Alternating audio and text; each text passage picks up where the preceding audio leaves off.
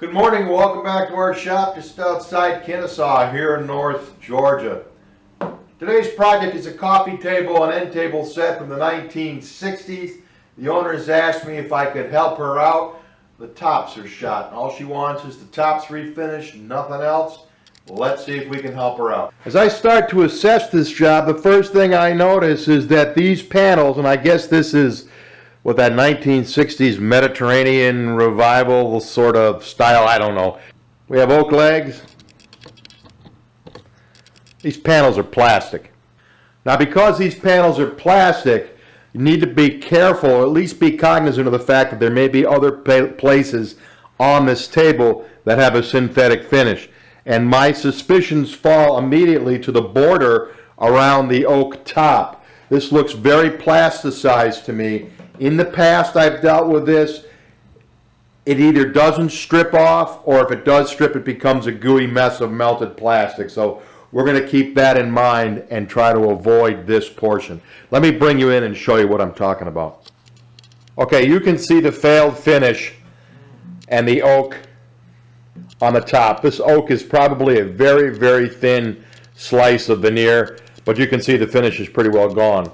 Right next to it is this border. This border is highly opaque, so if I was to strip this off to replace it, I would either have to get a lacquer product mixed up almost like a lacquer paint, or use a ton of pigments and shellac and then lacquer over top of it. I'm going to avoid that like the plague. There's not that much money available to do this refinishing or this repair, so we're going to stick just really with the oak tops, and I can do some color touch-ups here and there on this if I need, but we're going to keep this the way it is. So we've got these oak tops. It's pretty well the same on all three pieces. The finish is compromised, and as we often see, we've got places where some kind of chemical is eaten through the finish.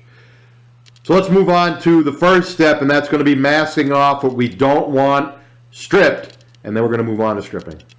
And what I'm going to choose to do is just use some blue masking tape, blue painter's tape, and tape off this opaque area that we believe is probably plasticized,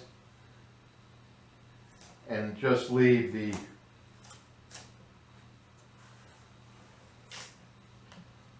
oak portion exposed.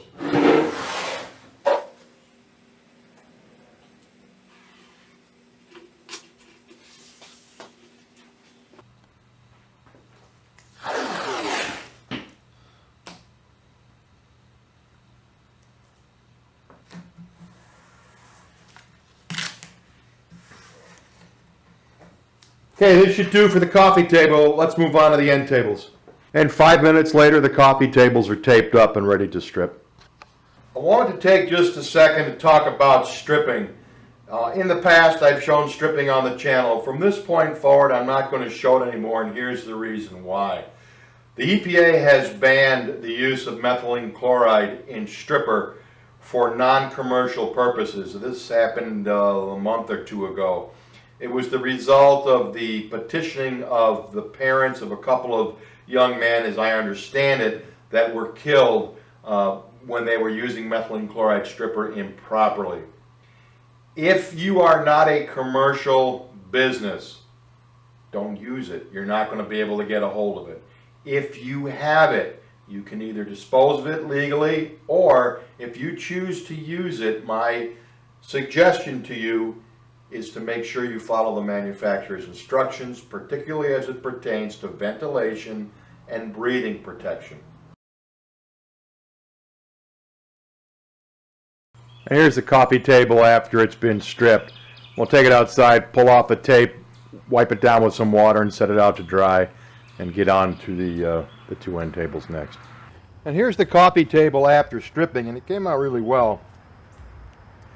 We have some water stains here that I'm going to try to take care of before we move forward with the coffee table. So I've mixed up some oxalic acid solution. You see me use it 1,000 times. It's just a powder. I mix it in warm water. And I'm going to apply that to the tabletop and see if we can get some of these circular water stains out of here, because they're going to really affect the way this looks. Now if they don't come out, they don't come out. We'll just move forward. But while we've got this bare, let's try to do it right.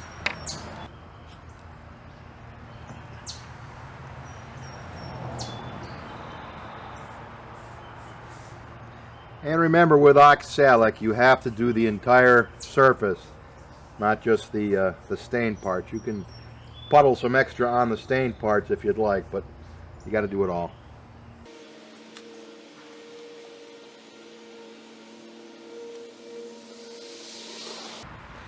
Okay, we'll leave that outside and let that dry and see how it comes out.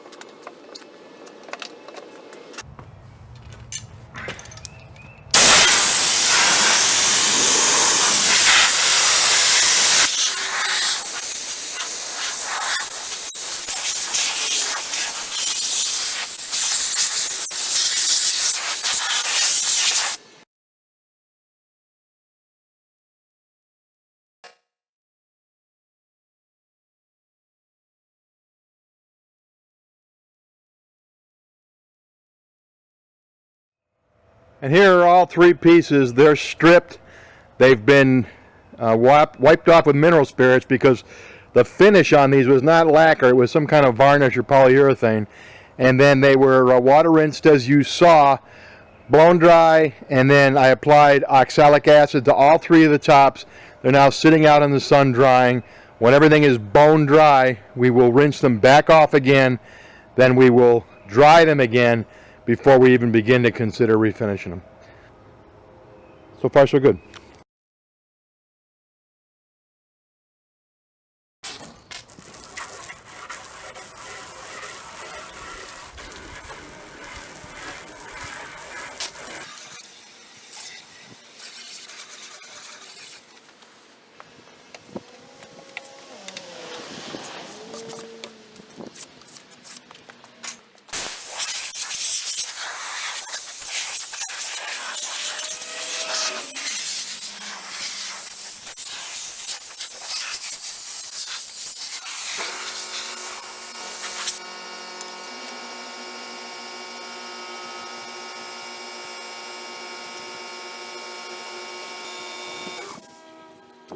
Technique of using a garden hose may look a little extreme to you guys that are not used to it, but it's a great way of getting that oxalic off.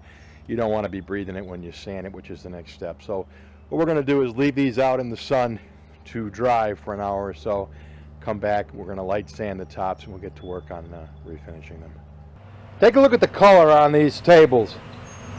Where would you bring the color on the tops?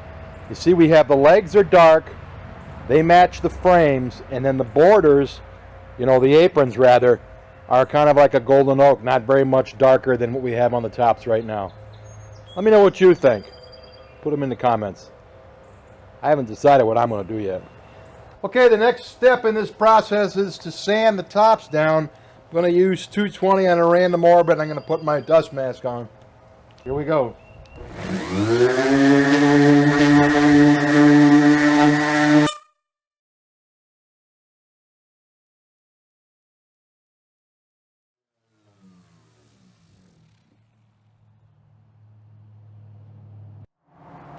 Okay, she's taped back up again. Next step is to seal this. I'm going to use lacquer-based sanding sealer. Here we go.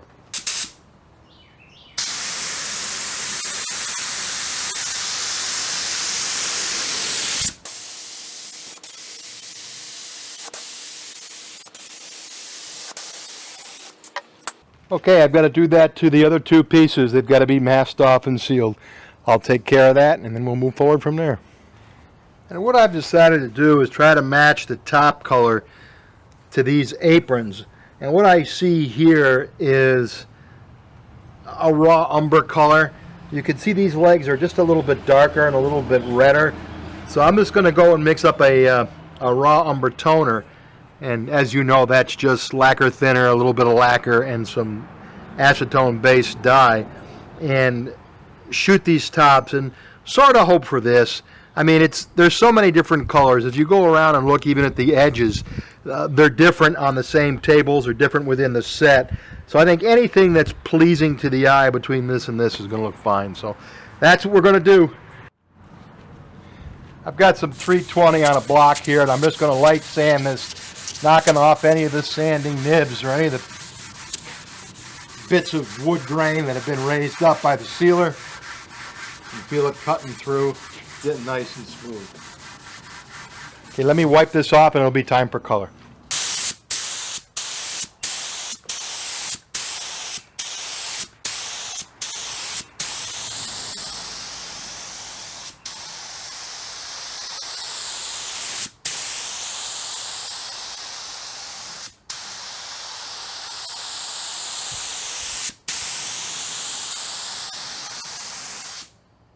Okay, it's very difficult for you to see, but we're still a little bit light.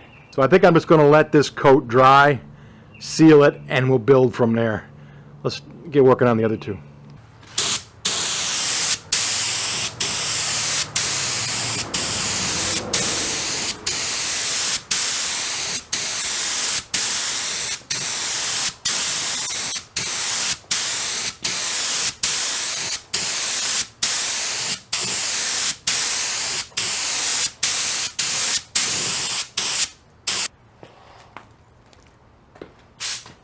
Yeah, I'm happy with that, and they all match. Alrighty, happy with the color so far. Get it top coated with some lacquer and give it some time to dry. We'll come back out and take another look at it. And we're back, and the first lacquer coat is dry. So what I'm going to do is peel this tape off since we're done shooting color. And this is going to allow me to take care of any minor repairs along this border that may need to be done before we shoot the final coat of lacquer. And you see right there, son of a gun, this is the kind of stuff that will drive you crazy. The tape got a little bit on the field. We got no color on that little strip right there, so I'm going to have to touch that up. And I've just got a brush tip graining marker in raw umber color.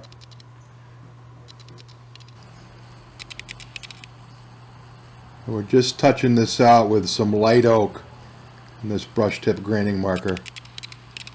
And depending on where we are, sometimes I'll go slashes with the grain, sometimes I'll go against the grain.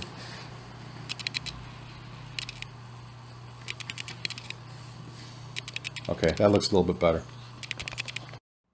All right, these are the kind of little knocks in that frame that I was talking about, the frame that separates the top that we just refinished. So what I'm going to do is just put some raw umber pigment. You've seen me use this before. Raw umber pigment in there. And I've done a little testing, and I know that this will accept the lacquer.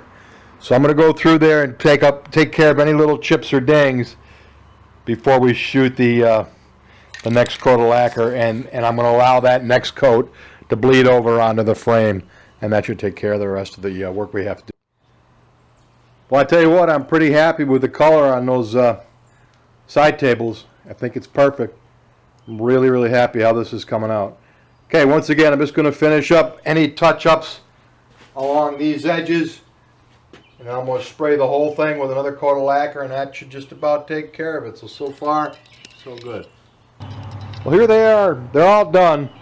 I'm real happy the way they came out. I think the color match is great.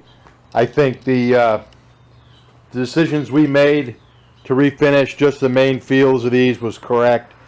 And it's really an example of working with your client to give them what they want at the price they can afford. These look great. I think they're going to be real happy with them. Well, thanks for watching. Hope you enjoyed it. Hope you learned something. From our shop just outside Kennesaw here in North Georgia. Best regards. Thanks for watching. Take good care. And remember, it's just wood, color, and some shiny stuff. And if you enjoyed the video, please like, comment, or subscribe. Share with your friends. My glasses are falling off. Let's see if we can help the channel grow. We'll see you next video. Bye.